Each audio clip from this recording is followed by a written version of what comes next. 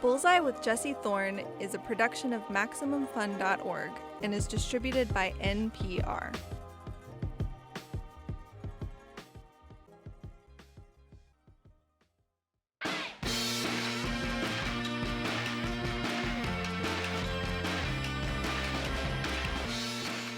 It's Bullseye.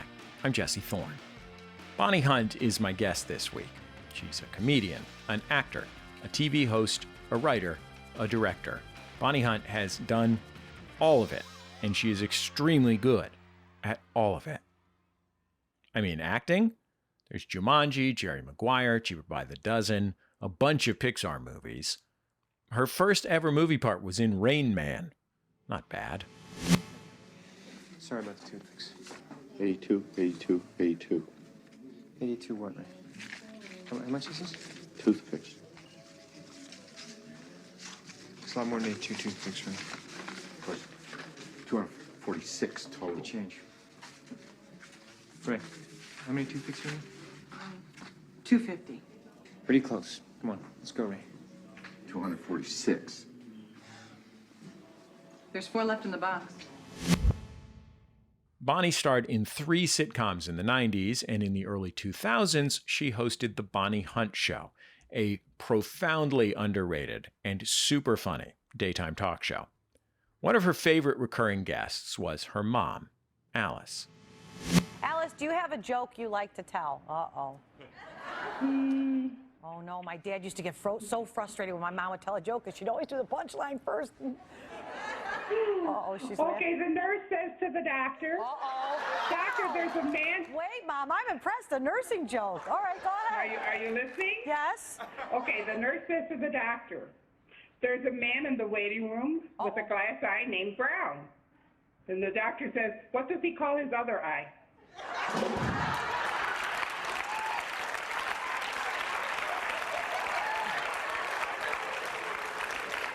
Should I repeat it? Bonnie Hunt has also created several hit TV shows. She has written and directed movies, and now she's taking on an entirely new genre, family television. Amber Brown is streaming now on Apple TV+. It's based on the Paula Danziger book of the same name. Amber, the show's title character, is a middle school-aged kid living with her mom. Her parents are split up, and when the show starts, her dad lives overseas. Amber's world gets turned upside down pretty quickly.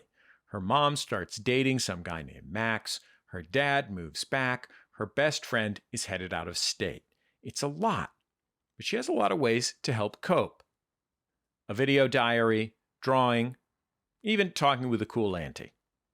Before we get into my interview with Bonnie Hunt, who created the show, let's play a clip from Amber Brown. This comes from early on in the series. Amber heard the news about her dad. She's on the phone with her friend Justin, talking through it. Your dad is moving back. What does that mean? I truly believe he's coming back for my mom, and then they'll get back together. Wait, what about Max? What about him? He's a sports car. A what? A phase? Well, my mom said they're serious, like getting married. Serious. Don't even say that. Okay, calm down. My mom does have a tendency to exaggerate. Or maybe she wishes she was marrying Max. You can have him. Once your dad's home, will you still live full-time with your mom? Aunt Pam said I'll probably be half mom, half dad. Great title for a horror movie. Yeah, really. This year already feels like a scary movie. I didn't get any taller over the summer. Well, statistics show that shorter people live longer, healthier lives. Statistics show that best friends know exactly what to say to make you feel better. Bonnie Hunt, welcome to Bullseye. I'm so happy to have you on the show. So thrilled about it. Thank you, Jesse. I'm glad to be here. I love NPR. Love it. Oh, hey, so do I. What can I say? So how did you end up in children's / tweens and teens television? Actually, I was writing a show about an eccentric aunt. This was the idea I was going to write based on my own personal experience. I have 15 nieces and nephews that I know of. And my mom was encouraging me to write about my experiences being an aunt. I don't have any kids. I'm divorced, and I get to be that one that comes in and goes to all their school plays, but also they can confide in me when they need to. And it's a great life experience. And there's a lot of ups and downs and a lot of characters and a lot of love and a lot of humor and a lot of pathos. So I'm working on that. And I run into an executive from Boat Rocker that I've known over the years. And I don't know where we were, but he said, "What are you working on?" I said, "Oh, I'm actually writing this show." And he said, "Well, we have the rights to this book series, Amber Brown, that a woman wrote about herself and her niece."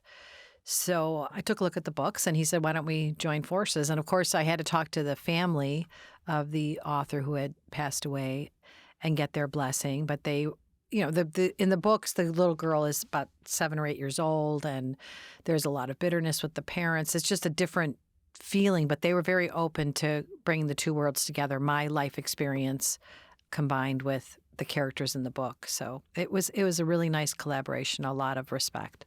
You have what, 6 siblings? Is that right? I do. I have 3 brothers and 3 sisters. My wife's family is Catholic, and her mom has a bunch of siblings, and those siblings all have a number of children. Right. Do your siblings also have huge numbers of children?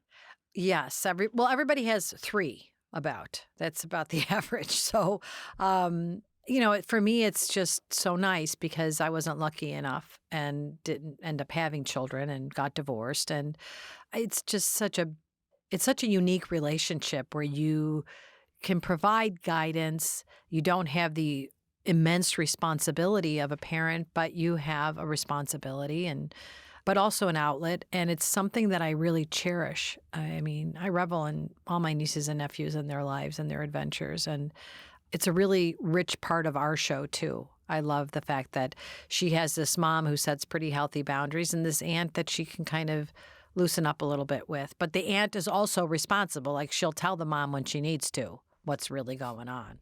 And sometimes she doesn't. My colleague John Hodgman had a line in one of his shows that he was a member of the Only Children Super Smart Afraid of Conflicts Narcissist Club. And that's me too. Right. I have 2 half siblings, much younger. But when I married my wife, we started dating when we were teenagers. And when I joined my wife's family, this like flood of family members, they all lived in the same place. Right. Like, my parents have siblings that lived in other places, but like just a river of family members. Right. No, I get it, Jesse. We have 4 condos in the same building. That is really something. I mean, I just like, how did we end up doing that after we were all cramped into that little house, with my uncle and my grandma were always there. So there was a lot of us in that house, like 11 people most of the time. And, it's just so funny that we've kind of recreated it in our adult lives. There's a comfort to it, don't you? Don't you like that? I mean, didn't you love that when you were a teenager to be? No, I hated it when I was a teenager. What do you mean? No, I'm talking about when you were dating your wife, like when you met the big family. Yeah, no, I couldn't stand it. It was just too much for you. They're so nice. They're wonderful people. Wonderful people. But I was sitting there like, why do these people just want to talk to each other? Don't they want to go to their rooms and read a book? Oh, that's so fascinating. I love that. I love that perspective, hearing that. I was like, oh, can we please stop being friendly? Why do these people all know my name? I don't know any of their names. Oh, my God. That would be difficult. That's true. Going into a big family atmosphere and you can't remember names. Yeah. It's Bullseye. I'm Jesse Thorn. My guest is Bonnie Hunt. She's the creator of the new kids series Amber Brown. She was also the star of films like Jumanji and Cheaper by the Dozen. You lost your dad when you were relatively young. He died when he was 50, I think. Mm-hmm. Yeah, he was 52, yeah. You had your mom for a long time thereafter. She only passed away relatively recently. Yes, this past year, yeah. She lived with you. Were you the mom taking care of one since everyone else had 75 children? Yeah, we all helped each other. I was very lucky I had gone home right before the pandemic started, and I went home for just a few days because actually my niece, Ashley, was staying with me in California with her mom and dad because she was being treated for cancer at City of Hope. and she's still being treated. But I went home to do a benefit or something in Chicago, and then I got a phone call from a friend of mine who's a doctor, and he's like, listen, you can't come back to LA and be with Ashley because there's this virus. And this was in March. And I'm like, what are you talking about? He's like, that virus it's all over the news, but it's here now, and it's too big of a risk. So then my mom and I started staying between her house and my condo, and we just were roommates. And, it was just amazing that just by circumstance, I got to have all that extra time to just be with my mom. And she was witty, funny. She was all love, so much wisdom and so much talent. She played the piano all the time, and just a gifted musician, a singer.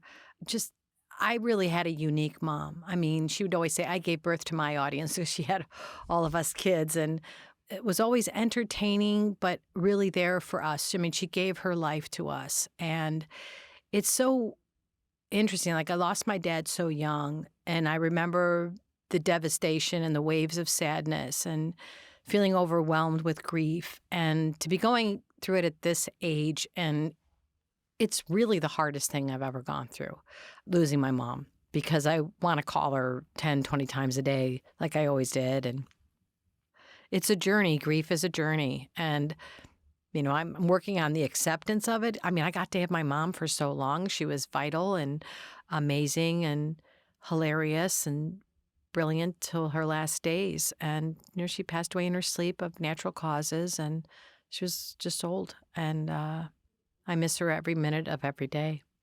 How long did the two of you live together from March? We were together for 2 years. That's kind of amazing. It was amazing. And, it was Grand Central, whether we were at my mom's house or in my condo. They're not very far apart. And so all the grandkids, we had our own little bubble of, we all protected each other. Everybody was very safe, wearing masks and all that stuff. But we were always still together. And my mom got to be with all the grandkids and, her 6 children. Just my siblings were always there in support. And, it's life. And saying goodbye is not easy, especially when somebody is all love, like my mom was. She was very, very unique. She was that lady in the neighborhood where all the kids could come and talk to her, and she would have an open mind and an open heart. And, all I think about is, oh my God, did I tell her enough how much I loved her and how amazing she was? I'm going to stipulate that your mom was wonderful, but did you get along with her living in the same place? My mom is very wonderful. Yeah. My mom's really amazing, but I wouldn't necessarily. Well, I think because of my years as an oncology nurse, I've always known that life is temporary. So, yeah, we would bicker, but I just knew how special the time was. I think because I was watching on the news every day, people were losing loved ones during the COVID thing.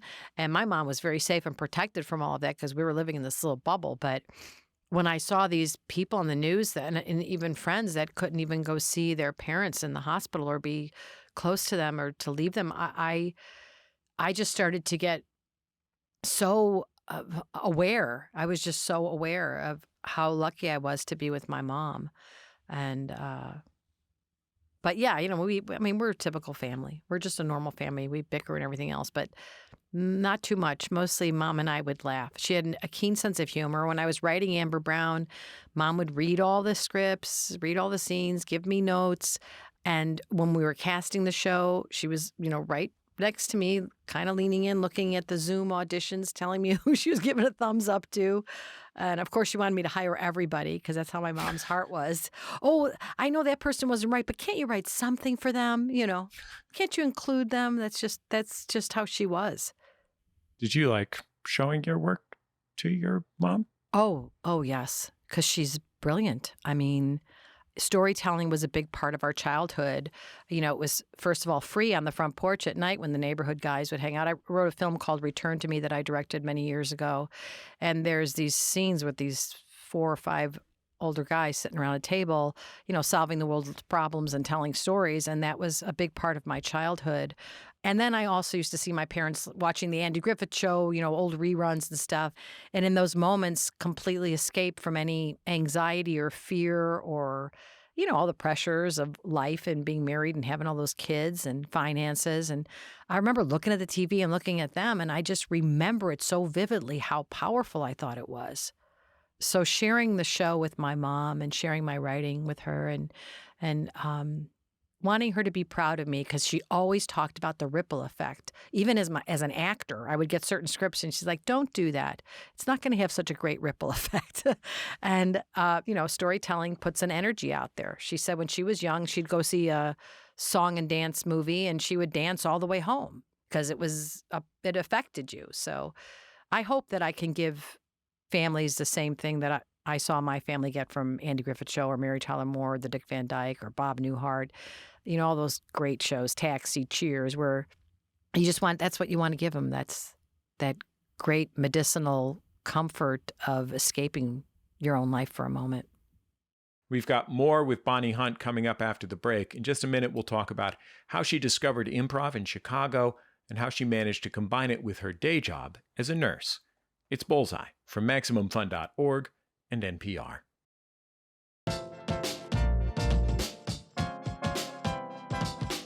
Welcome back to Bullseye. I'm Jesse Thorn. If you're just joining us, I'm talking with the great Bonnie Hunt. Bonnie is a star of both big and small screen. She hosted the daytime TV show, The Bonnie Hunt Show. She's starred on countless sitcoms. She's in movies like Jerry Maguire and Rain Man and Cars. She created and co-wrote the family show Amber Brown, which is streaming right now on Apple TV+. Let's get back into our conversation. You mentioned you were a nurse for 7 years. Yes. You worked in a hospital starting when you were a teenager, right? I did, and that's one of the couple of episodes in Amber Brown I wrote based on my own experience. I volunteered at a nursing home very young, which was another thing my mom had me do. And I remember not wanting to go, which is what I have Amber Brown say. She says, I did not want to be around the old people. She goes, I know it sounds bad. I was scared of them, and I just kind of wrote my own truth. And then I remember after a few weeks of my mom having me go there and volunteer, and what we do is you drop off the flowers in their room or make the beds, when 13, 14 years old. And, here's these people 80, 90 years old. All of a sudden, I started to get such fulfillment from it because they were excited to see me. Oh, I can't wait to see you tomorrow, Bonnie. And then I realized just that they were people, that they were once young, that they had dreams, that they had lived lives. And I became obsessed with reading their stories. I would read these charts. I mean, these are people that went through world wars and had families, or people that they lost or were separated from, or had great loves and incredible little jobs that they did. And I'd read their chart, and then I'd go in and talk to them, and it just became such a big part of my life. And so it was always part of me. And I remember the day my dad passed away, he wasn't feeling that well that day, and he was about to mow the lawn. And I said, I'm going to Norwood Park. I worked at Norwood Park Nursing Home. And by that time now, I'm a certified nurse's assistant, and I'm 18 years old. And my dad says, oh, I think it's nice that you work. That's goodness, that's taking care of old people. I said, well, Dad, I'm getting all this practice so I could take care of you when you're old and gray. And that's the last thing I said to him. And he passed away a few hours after I left. He had a heart attack in the house. And, but I always thought about that my mom had me do that. And I was in nursing school at that time, during the day, and working at the nursing home from like 3 to 11, whatever my shift was. And I don't know, my parents pushed me into stuff that I didn't really feel comfortable with, but always my mom would do that trick. Just do it for a week. Just do it for 1 week and see how it feels. And it was always having that out that made me keep going back. And I'm so grateful for it. I mean, I'm still a nurse advocate. I volunteer as an advocate for newly diagnosed cancer patients, and I've never fully left it because it's a gift, especially in show business, to have the perspective. It's so needed because you can really get hurt by this business if you let it go to your heart or your head. When you started performing professionally, Did you feel guilty about it? Gosh, Jesse, that is such a great question. No one has ever asked me that. Yes. I was working at the hospital and would go on auditions on my lunch hour. I was at Northwestern in Chicago, and I was hanging around at Second City at night. Any theater, there was all these different great theaters in Chicago, and I got in this little improv group. It was Joan Cusack was in it. She was amazing, and a group of guys that all went on to be writers and stuff in the business. But we were just at this place called Bob's Bar across from Wrigley Field.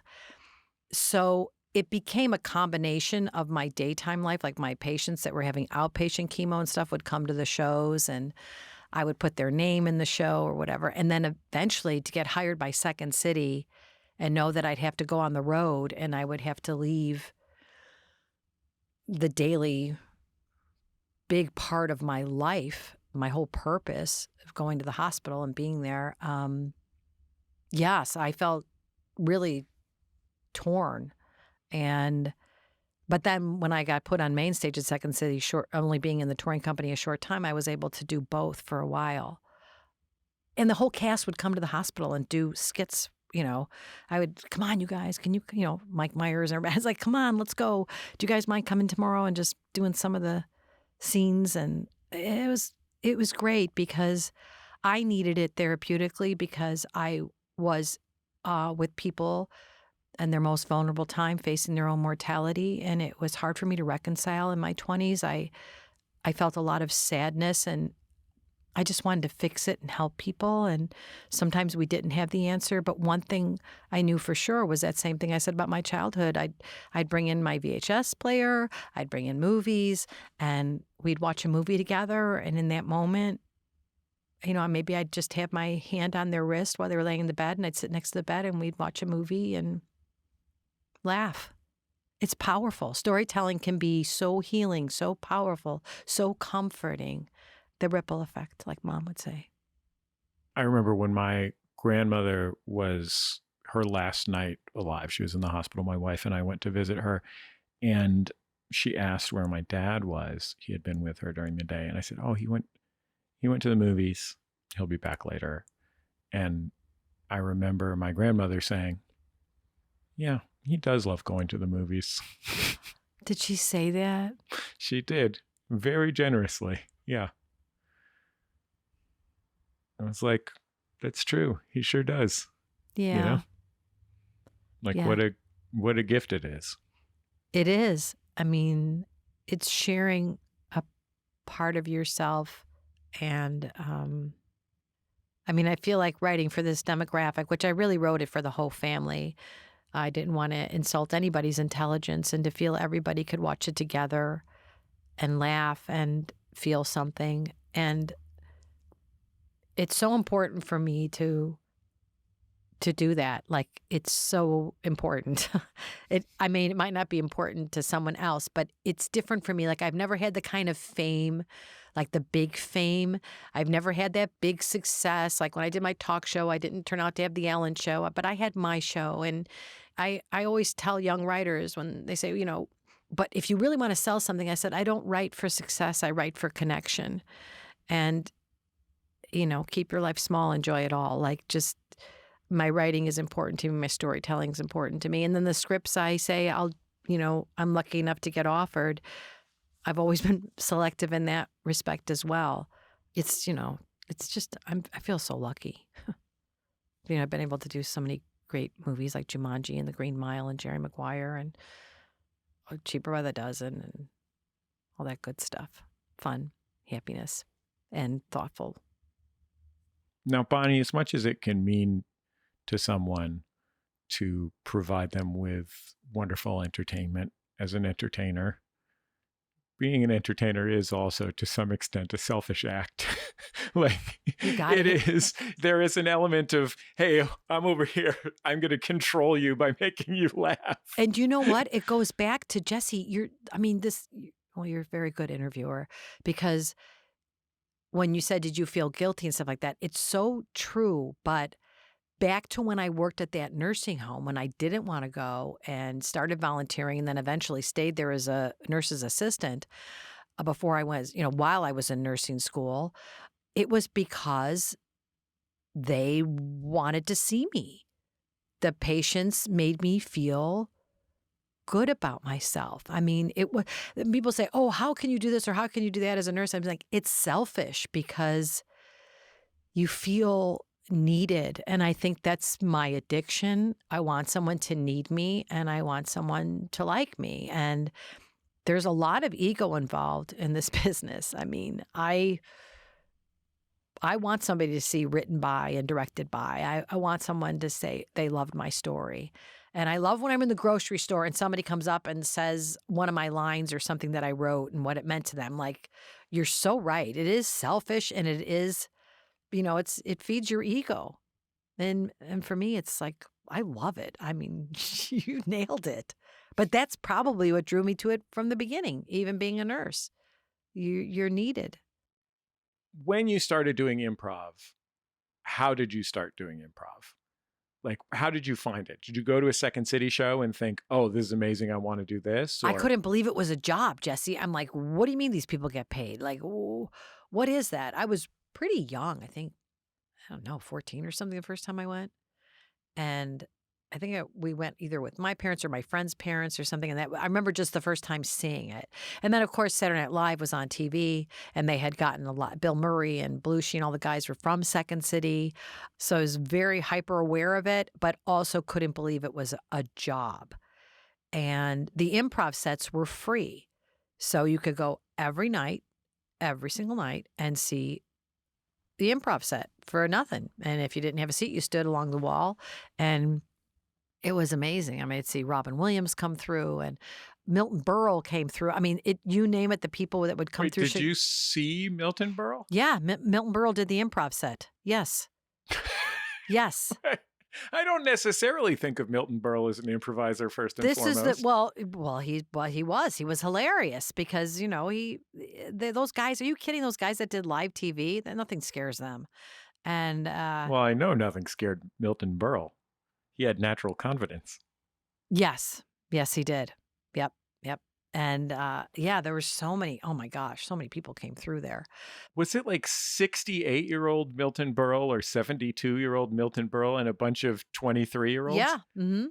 Yeah, that's what it was like. He was probably in his 70s. I just remember it was right around the time Sammy Davis Jr. died.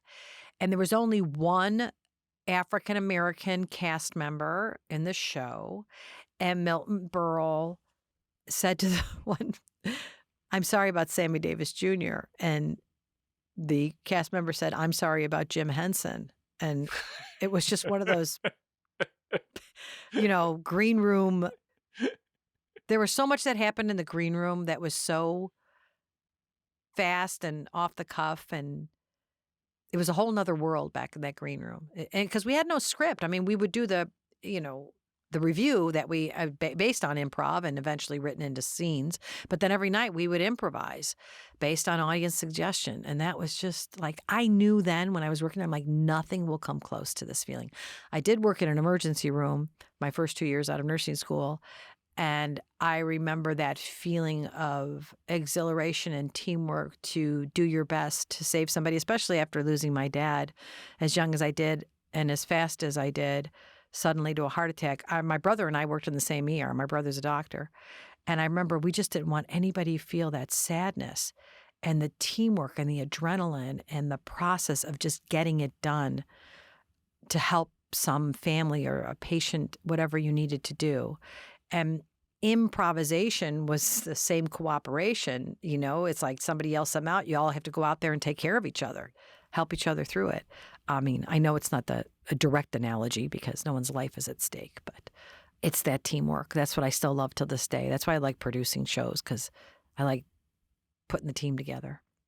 I was talking with Darcy Carden the other day about that feeling when improv is going right, which is that your whole focus is on making everybody else look good. That's the whole thing. Like, you have this tremendous feeling like, oh, wow, all these people are here to make me look good too. Yeah, it was the best. I knew it would be the best version of showbiz for me because you're in control, but you're not.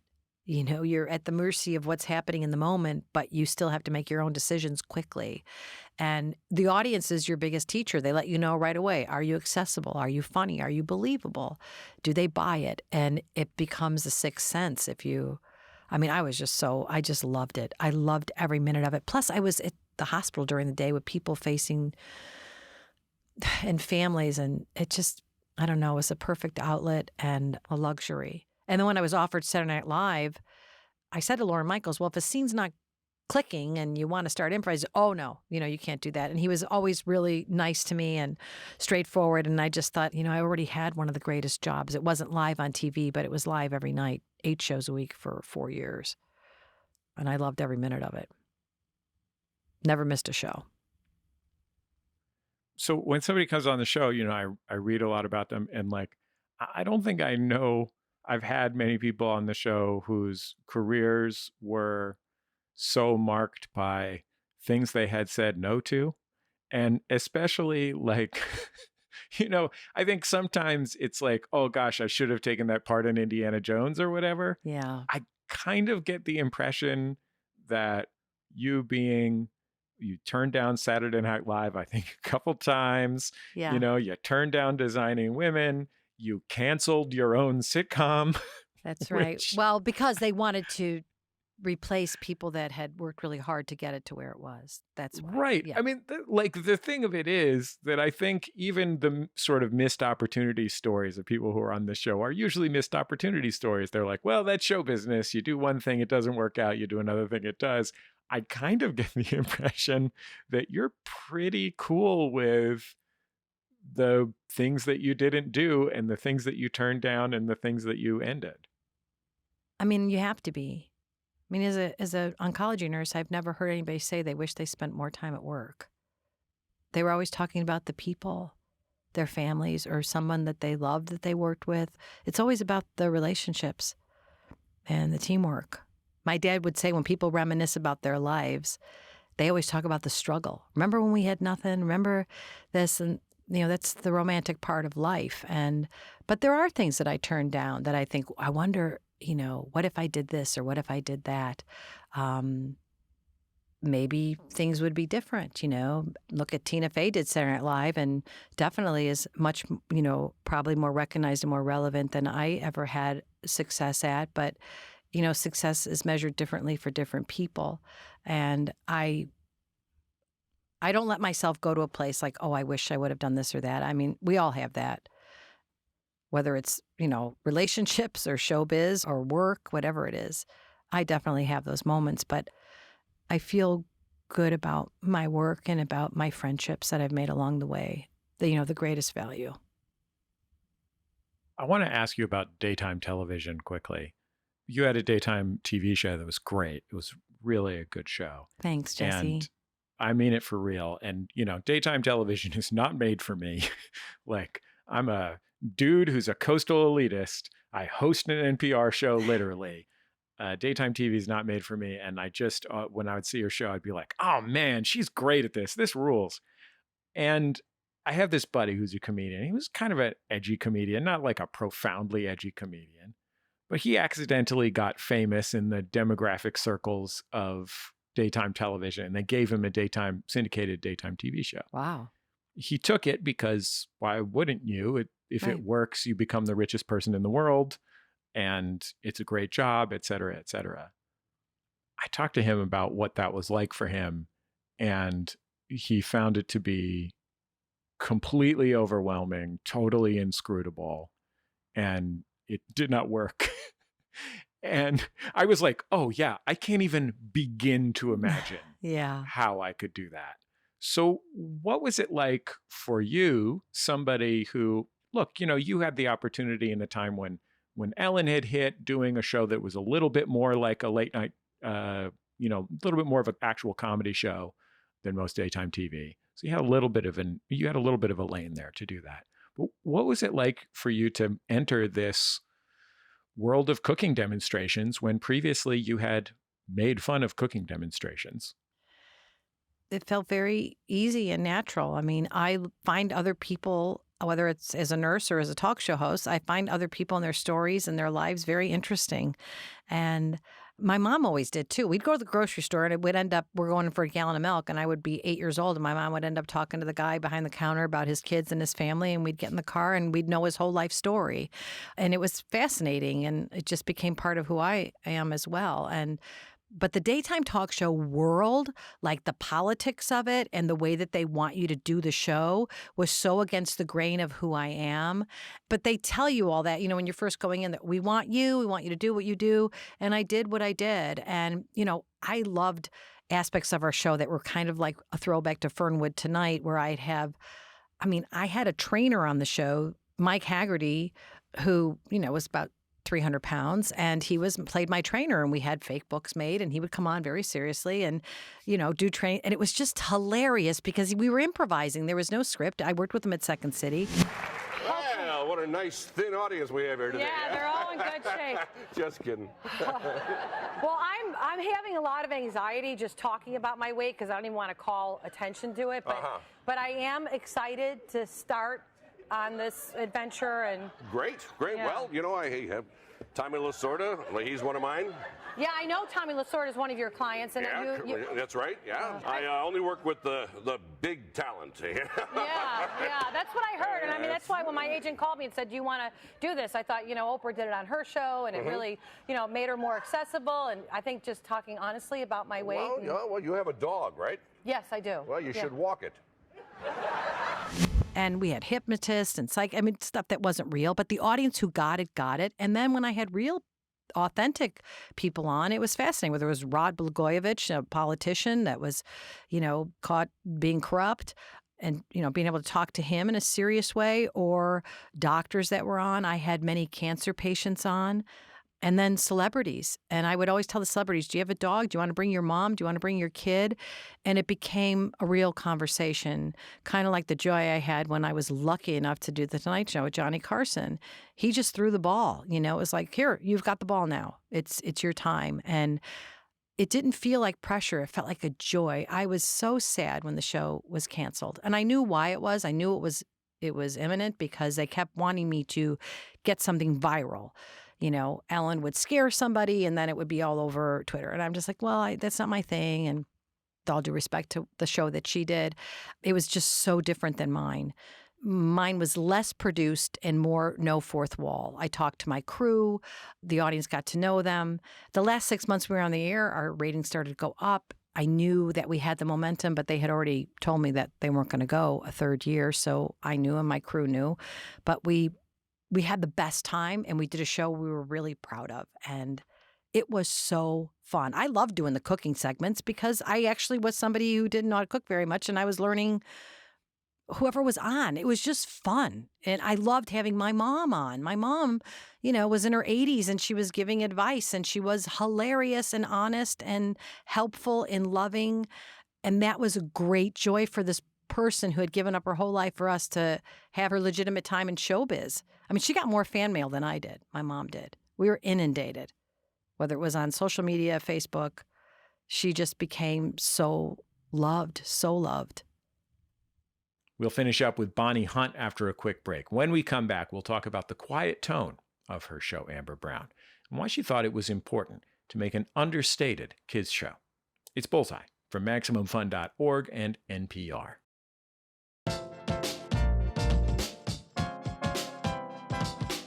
It's Bullseye. I'm Jesse Thorn. I'm talking with Bonnie Hunt. She's an actor and comedian. She's also the creator of the new TV show, Amber Brown. How much of your relationship with your mom is in Amber Brown? All of it. The kindness and love of the characters is my mother. And the challenge of writing something that is kind, loving, hopefully funny, at the top of my intelligence, without being corny, is the challenge. And I love that. And it's been really, we did a screening in Chicago where we showed a few of the episodes in some theaters, and theaters were all packed. We just put out an announcement, and I was lucky enough to have that experience with Pixar where we would show the movies in my sister's school district, because my sister is a school teacher, second grade. But there was kids there, 15, 16 years old, and then there was parents in their 30s and 40s, and grandparents and everybody. I mean, you could hear a pin drop in the theater when there was the pathos and then there was laughter. And I was like, oh my God, the storytelling's working. Like, that's the best. And so, yeah, my mom is a huge part of it because she was funny, smart, and kind. And hopefully that's what I try to make the show be. Do you worry that you're going to be corny? I mean, that's the word I use, but I mean not unaware. Like authenticity, whether it's Jerry Maguire or The Green Mile or Jumanji, or even She Brother Dozen, I want my character to somebody in the audience to go, oh, I get it. Like I'm with her. And I mean, I had a student at UCLA recently. I was walking through the campus and she came up to me and she said, are you Bonnie? And I said, yeah. And she said, can I give you a hug? I saw Jumanji when I was 10 and my sister and I were so worried about you, Sarah. She like called me by my character name. And it's like, that's just like the best, that somebody connects. And so, yeah, I guess I do worry. I don't want it to be corny. I want it to be smart and for the whole family to not only want to watch it once, but maybe watch it a second time and laugh at the stuff and notice the subtleties of some of my humor, what's going on underneath. I love that stuff. And I love writing the parents and their dilemma. It's pretty quiet for a family show or a kid's show. Takes its time, yeah. You directed it. Yes. So that was not just a writing choice, but that was a very particular choice you made. Right. The tone of the show. And even when I talked to the directors that came in on the subsequent episodes when I was home with Mom, I wanted the tone to be that somebody would lean into the TV, like a kid would lean in and want to pay attention instead of sit back and be like, oh, this is just coming at me. And I didn't want to oversaturate the color. I went to every color timing session to make sure that it was not the box of Crayola crayons on screen, which is fine. It's just not what I wanted. I wanted her artwork to feel that way, to come to life. A kid who sketched all the time. My dad found an old drafting table when he was working in some school, and he brought it home and painted it for me. And I would sit down in the basement at night and sketch and draw. And then to be able to take my young self, apply it to the character, and then work with animators that were making my mind as a child come to life in animation, which is what I dreamed of when I was a kid. It's great, So, I mean, I hope it works. I hope it touches people and connects with people and that moms can, have a sense of humor about themselves and connect with their people that are going through a divorce, connect with the emotions and just kids. Like Amber says, she's sad. It comes in waves and there's times where she wants to be included and she's not. It's like all that great stuff that you still go through now. I still go through it now, even in show business. Like, will somebody offer me a good role? I miss acting. Will somebody think of me? It's the same feeling. This is a question that you for real do not have to answer if you don't feel like it. Did you choose not to have kids? No. I did not make that choice. So I guess it just wasn't meant to be for me. I tried, even adoption. So, but I had a couple heartbreaking, it's so personal. But any child in my life is important to me. All the kids from Cheaper by the Dozen or Stolen Summer. I had 8 kids in that movie, or A Life with Bonnie. I even think about these kids now that it's not really about them being on my show. It's about I'm a part of their lives, setting some example, and I care about them. And I always tell them that the show is part of storytelling, that they're telling a story, but it's not part of who they are, that who they are is so much more important than this. I mean, I imagine, changes your relationship with everyone in your family, as well as all those kids that you work with, that you have something really special to offer them. Well, that's a very nice thing to say. I mean, I hope I do. I mean, I got married young. Well, I think it's young. I was 24 or 25 and thought I'd have a whole bunch of kids. So sometimes life takes you on a different path, but there's always children that need love wherever you are. So you just have to find fulfillment that way. I love playing a mom. I've been lucky to play a mom so many times. Go ahead, Jesse. You got to do something that your mom didn't get to do. And, who knows, maybe she would have taken a different path if she didn't have 7 children. One presumes she would have taken some kind of different path if she had. Yeah, but she was always creative and funny and entertaining in her way. But boy, doing the talk show was really just fun to see her. But she was on, I did a TV series, Grand, and she played a nurse on that. They brought her on that. And then she was in Return to Me. She had a scene with Carol O'Connor, the great Carol O'Connor.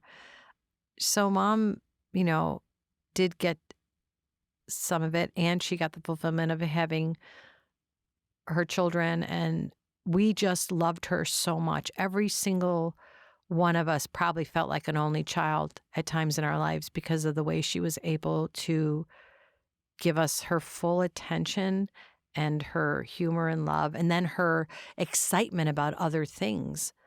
Whether it was caregiving, having me volunteer at the nursing home and what I would get from it, or storytelling. Like, she had excitement. My mom was curious till the day she passed away, learning on social media, using a computer, using her iPhone.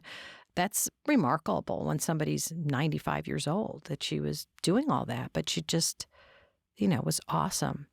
I bet she was proud of you, Bonnie. I bet your scheme to make her happy and proud worked.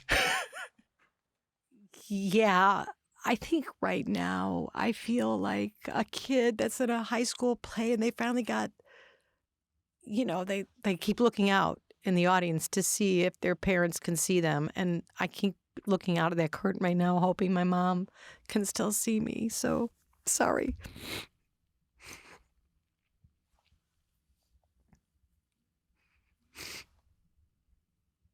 Yeah. Well, she's worth every tear, that's for sure. Both my parents, good people, worked hard and were kind. Bonnie, I'm so grateful to you for taking this time to talk to me. Thanks, Jesse. Sorry I'm crying. I hope you call me again and we go on a second date. Kind of.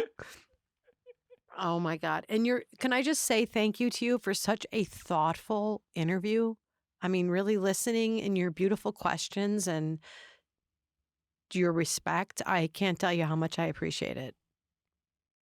Bonnie Hunt. Thanks so much to Bonnie for coming into our studio and sharing so much of herself. It was an extraordinary privilege. Her new TV show is called Amber Brown. It's streaming right now on Apple TV+. Our production fellow Tabitha just told me she binged the entire thing in one day. I can't blame her. It's a great show. Give it a watch.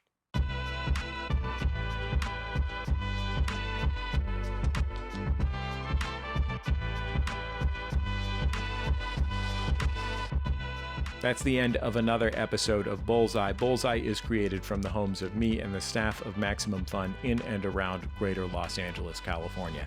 I'm at my house. I am still testing positive for COVID-19, the dastardly virus that has taken on the world.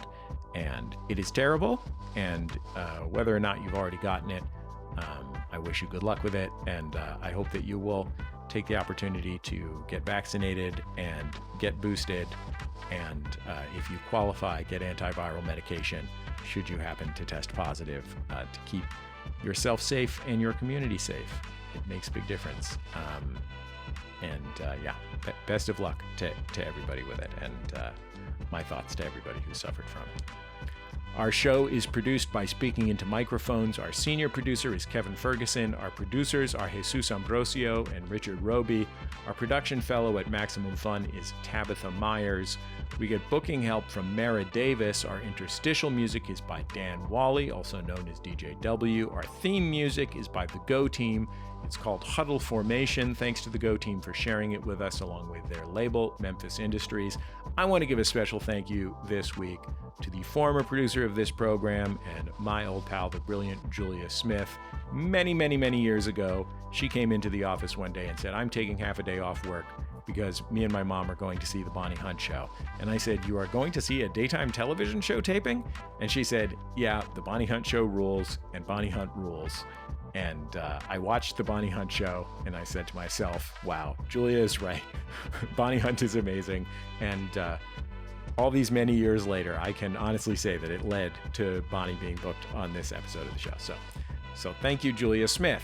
Bullseye is on YouTube, Twitter, and Facebook. You can find us in all those places. And I think that's about it. Just remember, all great radio hosts have a signature sign-off. Bullseye with Jesse Thorn is a production of MaximumFun.org and is distributed by NPR.